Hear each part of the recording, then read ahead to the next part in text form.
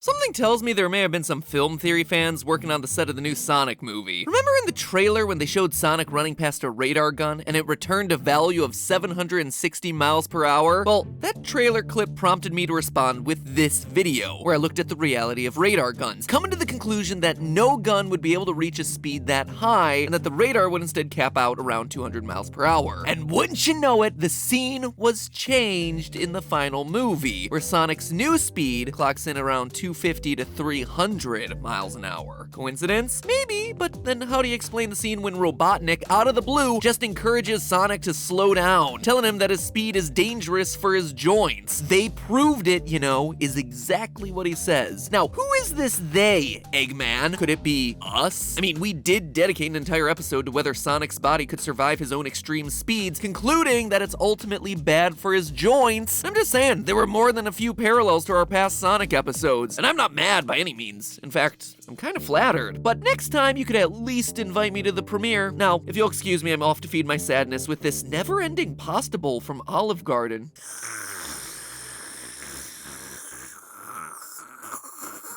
It never ends!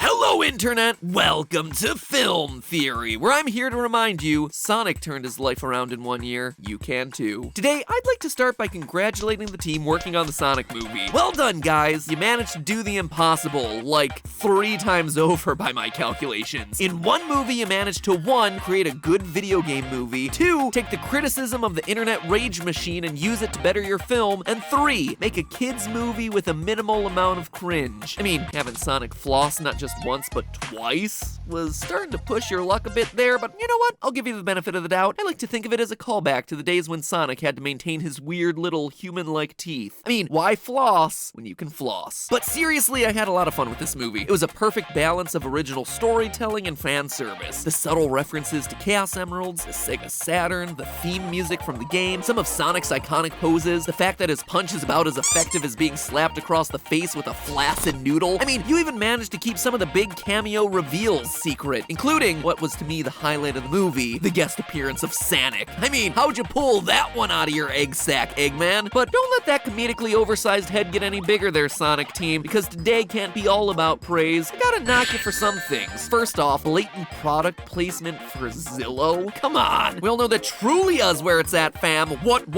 Actually, to be fair, any smart apartment shopper would be wise to use all the major resources available to them, so I'm not really taking sides. That was just for comedic effect. Then there's Longclaw the Owl. Let me get this straight. You made up a new character for this movie? This is a franchise where there's more throwaway characters than Game of Thrones, and you just added to the pile instead of taking an established one? I mean, I guess it follows in the great tradition of the fandom's OCs. The only thing missing with Longclaw was a watermark over her head reading, "Do not steal" in all caps. But it's the last eensy-weensy nitpick I have that I want to focus on for today's episode. You know, a small, teeny, tiny little problem I have with the entire premise of the movie. Sonic drops his rings through a magic portal and they end up in San Francisco. So he and his human buddy Tom need to get him back via a road trip. You took the video game character known for running real fast and you put him in a truck for a road trip, going like 65 miles an hour. Oh sure, you make the excuse that Sonic can't find San Francisco, and yeah, I get that the entire road trip was a veiled excuse for Sonic to connect with humans in a way that he always longed to but was unable to because of his self-imposed isolation. I get it, but I just don't care. As I crashed into the cold, dark water of the Pacific, I realized a few things. I have no idea where I'm going.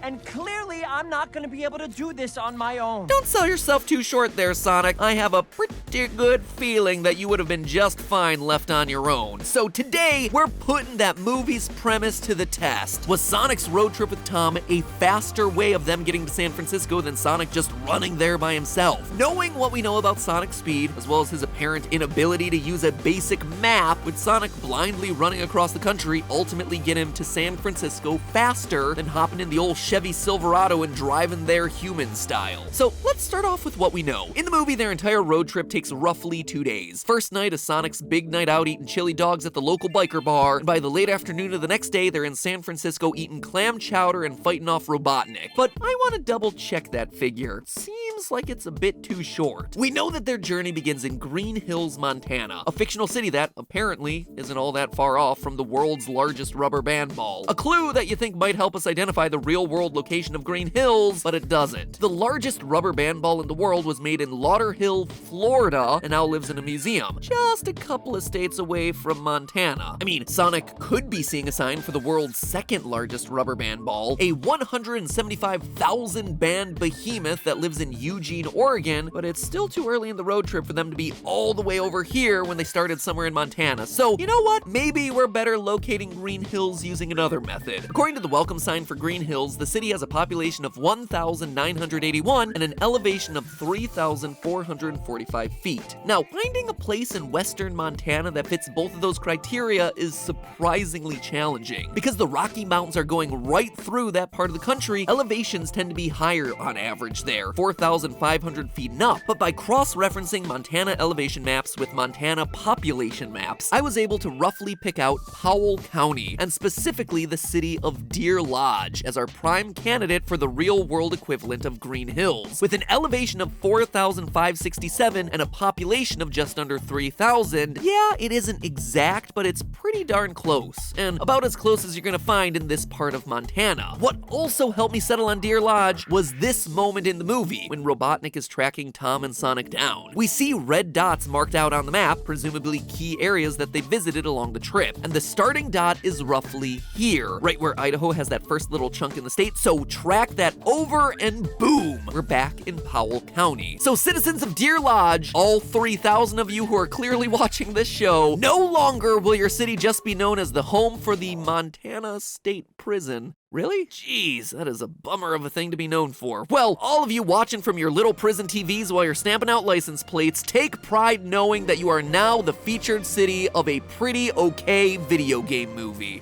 Anyway, using Google Maps to calculate the length of the road trip from Deer Lodge to San Francisco, we see that there are two possible routes. The northern route going up through Washington and down through Oregon, and another more direct route headed down through Idaho and Nevada. Again, going back to Robotnik's map that I mentioned earlier, it seems like Tom took the northern and longer route. We see red dots in both of those northwest states. Plus, when Robotnik zooms in on the map, he's looking at southern Oregon, which again, isn't anywhere close to the southern route.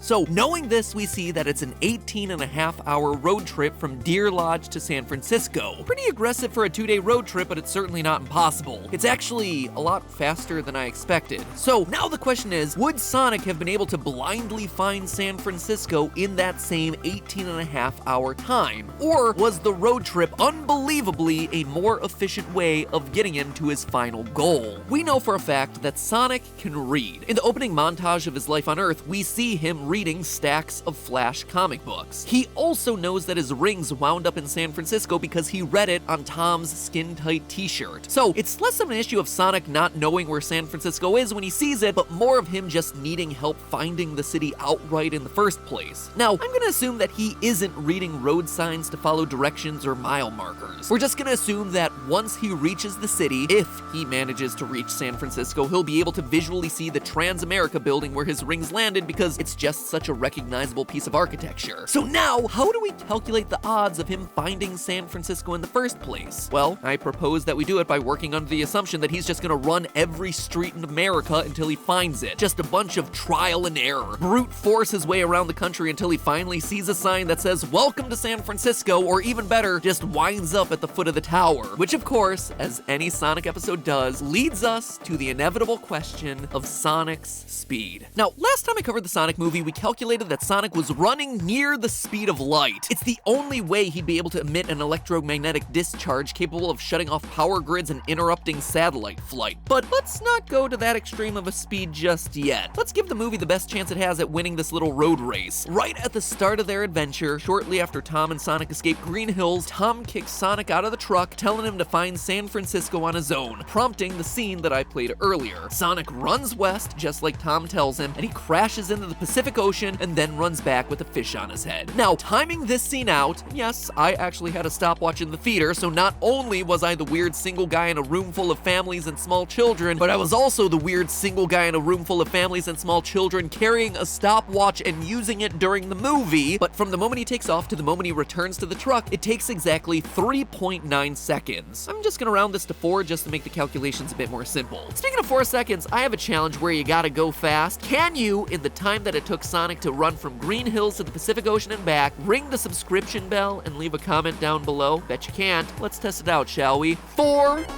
3, 2, 1. Did you do it? Well, whether you did or didn't, just know that your subscription is appreciated. I'm trying to get to 10 million subscribers sometime this year on this channel, and I need all the help I can get, so you subscribing means a lot. Thank you so much. Now on with the episode. If you took Tom's advice literally, Sonic ran straight west to the Pacific and then back in that amount of time. Drawing a straight line from Deer Lodge out to the Pacific, you see that at this point, they're about 550 miles or 885 kilometers away from the ocean. That means in 4 seconds, Sonic traveled 1,100 miles or 1,770 kilometers. That's 275 miles or 442 kilometers a second, or our final number of 990,000 miles an hour. 1.6 million kilometers an hour. Now, Tom gives Sonic the instructions of head west, so let's do that. Let's assume that Sonic explores every roadway west of where he currently is in Green Hills, Montana. That's mostly going to be the states of Idaho, Washington, Oregon, California, a bit more of Montana and Nevada. So I added up all of the roadways, both paved and unpaved, for all of those states and found that we're dealing with about 1,083,000 miles worth of roadway, 1.7 million kilometers. Sonic would be able to cover all of that in a little over an hour. But okay, maybe Sonic doesn't know what direction west is. Maybe he goes the wrong way. Well, across all 50 states, the US has 4,092,729 miles of roadway, 6.58 million kilometers. It is far and away the best, longest, most robust road system in the world, and Sonic would be able to cover it all in 4 hours, giving him more than enough time to get lost, double back, and stop for every giant rubber band ball that he sees along the way, while still making it to the Transamerica building 3 times over before Tom's truck would. And remember, that's still me assuming the worst case scenario. That's Sonic not traveling at light speed, not reading road signs. That's Sonic traveling all the roads in America before finally stumbling across San Francisco as his very last destination, because, you know, one of the nation's largest cities might be hard to miss. But you know what? Call me Angelica Schuyler, because I am still not satisfied. What if Sonic got really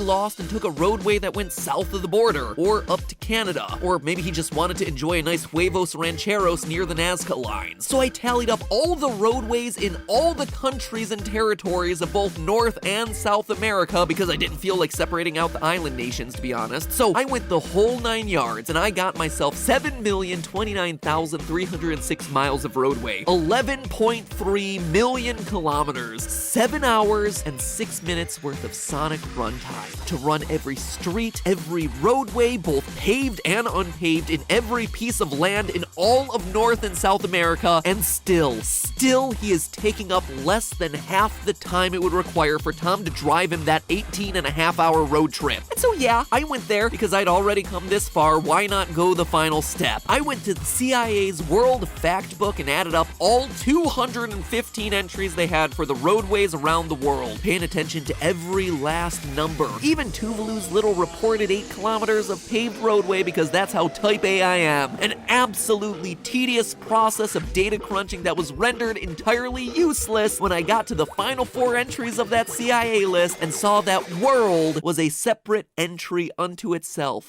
Why wouldn't you put that at the top of the list, CIA? Or at the very least, the very bottom? I know that you watch this show because you're nervous about the things that are in my search history from researching this series, so come on, guys, do some basic data entry best practices for me, alright? Anyway, I came up with a little more than half of what they reported as the world total. Not 100% sure how it happened, to be honest. I think they counted the European Union twice in their calculations because their numbers just don't make sense relative to what they're reporting. Central Intelligence Agency, my foot, more like crappy information archive. And that, my friends, is why it pays to be thorough and double-check government organizations with your own Excel spreadsheet. Regardless, my final total for all the roadways in the world was 25,010,432 miles, 40.25 million kilometers. A distance that would take Sonic 1 day and 1 hour to run, meaning that finally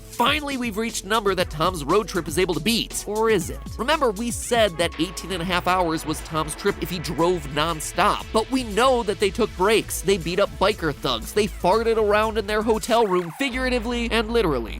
In total, that road trip was at least a day and a half, probably 36 to 40 hours total before everything is said and done, meaning that Sonic running every roadway in the world would still end up taking a shorter time than sitting shotgun next to Tom down the old Route 90 West. And again, remember, this is me taking the conservative estimate on every step along the way here. We're not even factoring in his ability to travel near the speed of light. And don't you get started on me about how they needed Tom to smuggle him to the top of the building when he got there. At the start of the road trip, they didn't know that little bit of information. And as Sonic and Eggman chase each other through the city in the opening sequence of the movie, we see Sonic's ability to literally run up the exterior walls of buildings. Sure, it's an external view very wide out from the action, but still, he is scaling the building like a champ. It's almost as if the whole thing was manufactured by Sonic to make Tom feel important in the first place. That manipulative little hedgehog. Seems like speed isn't his only super ability. So there you have it, my little chaotics. You should watch the Sonic movie for a lot of reasons. It's fun, it's funny, it does the characters justice. Just don't roll in expecting a premise that makes a whole lot of sense, or an accurate location of the world's largest rubber band ball, or an appearance from Charmy the Bee. Come on, guys, you make Long Claw, but you neglect Charmy the Bee?